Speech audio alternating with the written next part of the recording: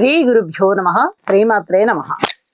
మా భక్తి టీవీని ప్రోత్సహిస్తున్నటువంటి మా ప్రేక్షకులందరికీ ధన్యవాదాలు తెలియజేస్తూ 18 జనవరి నుంచి 24 జనవరి వరకు గల కాలానికి రాశి ఫలితాలు ఏ విధంగా ఉన్నాయి తెలియచెప్పుకుందాము.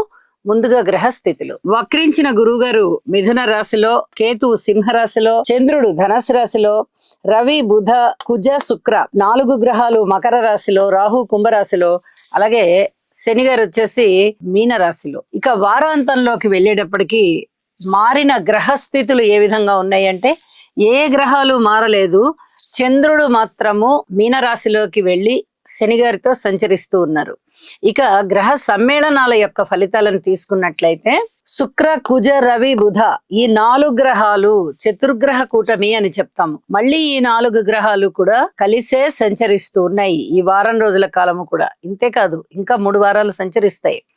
అయితే దీని యొక్క ఫలితం ఎలా ఉండబోతోంది అంటే కుజుని యొక్క స్థితి ఉచ్చ, శుక్రాచార్యుల వారికి మిత్రక్షేత్రం అవుతూ, బుధుడికి మిత్రక్షేత్రం అవుతూ, రవికి అప్పుడే మకర రాశి సంక్రమణం జరిగి ఉన్నది. మకర రాశిలో రవి గారు బాగానే ఉంటారు, మంచి ఫలితాలే ఉంటాయి. అయితే ఈ కాంబినేషన్ కలయిక ఏ విధంగా ఉండబోతోంది అంటే రవి బుధుల కలయిక మనకి బుధాదిత్య యోగాన్ని తెలియజెప్తూ ఉండగా, శుక్ర కుజుల కలయిక ఇక్కడ కొంచెం వ్యామోహం ఎక్కువగా ఉండడాన్ని సూచిస్తూ ఉంటుంది. అలాగే బుధ కుజుల కలయిక చాలా తెలివితేటలు ఎక్కువగా కనిపించడానికి ఎక్కువ ఉంటాయి. ప్రతి మనిషికి తెలివితేటలు ఉంటాయి. అవి ఒక్కొక్కసారి సందర్భానుసారము బాగా ప్రదర్శితం అవుతూ ఉంటాయి, ఒక్కొక్కసారి అవి మరుగున పడుతూ ఉన్నట్టుగా ఉంటాయి. ఇక్కడ చాలా యాక్టివ్ గా ఉంటారన్నమాట. బుధ కుజులు ఇద్దరు కూడా చాలా షార్ప్ గా ఉండే గ్రహాలే. ఇక్కడ ఆ విధంగానే ఫలితాలు ఉంటాయి. ఎలక్ట్రికల్ అండ్ ఎలక్ట్రానిక్స్ ఇలాంటి పరికరాల వినియోగం ఎక్కువ, ఉపయోగం ఎక్కువ ఇలా ఉంటుంది.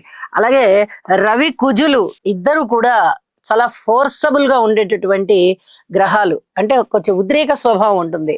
వారిద్దరూ కూడా ఉన్నారు.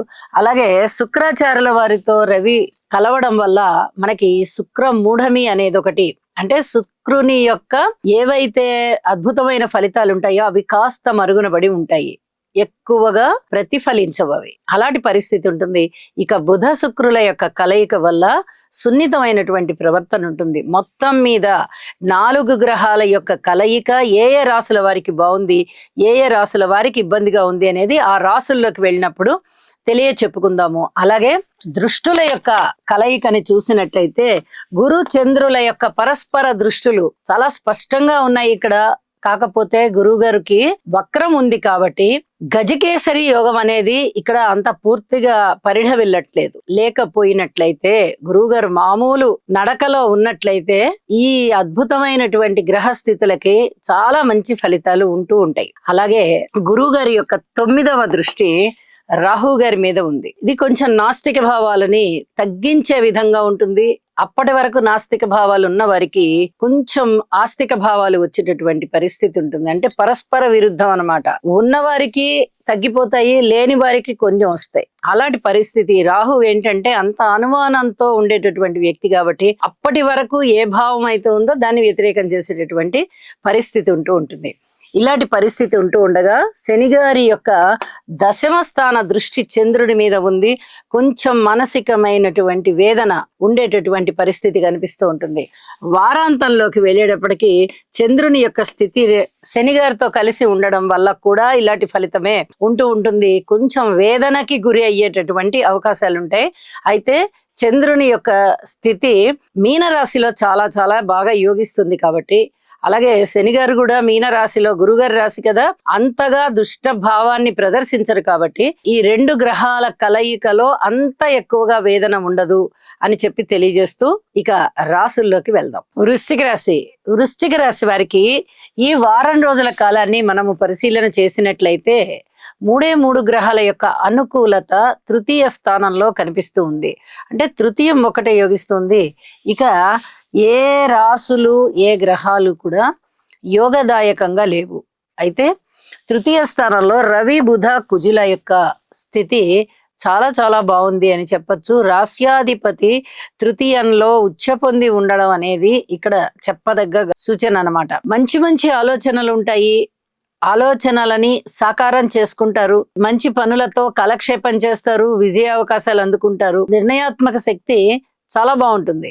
మీరు తీసుకునేటటువంటి ప్రతి నిర్ణయము చేసినటువంటి అమలు రెండు కూడా 10 మంది హర్షించదగినట్టుగా ఉంటాయి.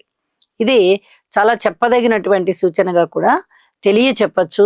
అలాగే ఉద్యోగ జీవితం బాగుంటుంది, వ్యాపార జీవితం బాగుంటుంది, పిత్రార్జితాలు కొంచెం బాగుండడానికి అవకాశాలు ఉన్నాయి. పూర్తిగా బాగుంటుందా అంటే చాలా బాగుంటుందని చెప్పడానికి రాదు, కానీ చాలా బాగుండబోతోంది. మనకి అతి త్వరలోనే పిత్రార్జితాలు వస్తాయి. అవి ఏమన్నా ఇబ్బందుల పాలు అయిన పక్షంలో చెప్తున్నా, నేను వస్తాయి అని చెప్పి తెలియజేస్తూ ఉన్నాను. అలాగే కుటుంబ జీవితం బాగుంటుంది, మీ మాట తీరు బాగుంటుంది, అన్నదమ్ముల సహాయ సహకారాలు బాగుంటాయి, దగ్గరి ప్రయాణాలు బాగుంటాయి, బంధువులు బాగుంటారు. మీరు చేసినటువంటి అమలు ఏదైతే ఉందో, మీరు తీసుకున్న నిర్ణయాల అమలు, అవి 10 మంది కూడా హర్షించి చాలా ప్రశంసిస్తారు మిమ్మల్ని. ఇవన్నీ కూడా మీకు కొంచెం ఆనందాన్ని కలిగిస్తూ ఉంటాయి. అయితే సంతాన రీత్యా ఓర్పు కలిగి ఉండాలి, మాతృవర్గ రీత్యా ఓర్పు కలిగి ఉండాలి. విద్యార్థులు ఇంకా తమ యొక్క విద్యని ఎక్కువగా కృషి చేసి మంచి ఫలితాలు తెచ్చుకోవాల్సినటువంటి పరిస్థితి ఉంటుంది.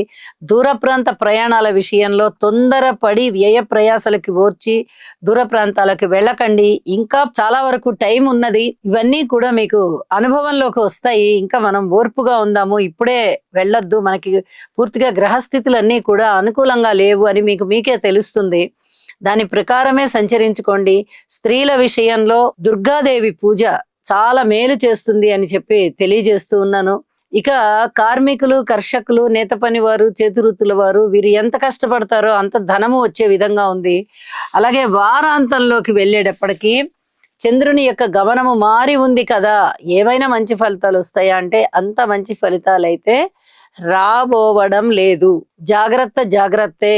ప్రతి అంశంలోనూ జాగ్రత్త తీసుకోండి.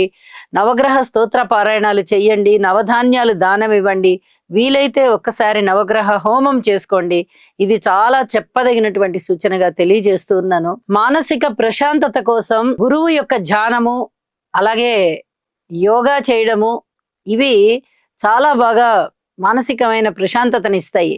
ఇవి చేయడానికి ప్రయత్నం చేసి మానసిక ప్రశాంతత తెచ్చుకొని తద్వారా పూర్తి మనశ్శాంతి పొందండి అని చెప్పి తెలియజేస్తున్నాను. శుభం. ఈ రాశివారు నవగ్రహ ధ్యాన శ్లోకం అయినటువంటి ఆదిత్యాయ చ సోమాయ మంగళాయ బుధాయ చ గురు శుక్ర శనిభ్యశ్చ రాహవే కేతవే నమః అనే మంత్రాన్ని ప్రతినిత్యము పఠించడం ద్వారా లేదా వినడం ద్వారా మీకు మరింత మేలు జరుగుతుంది. అలాగే మీ మనస్సంకల్పం ఏదైతే ఉందో అది సిద్ధించే అవకాశం ఉన్నది.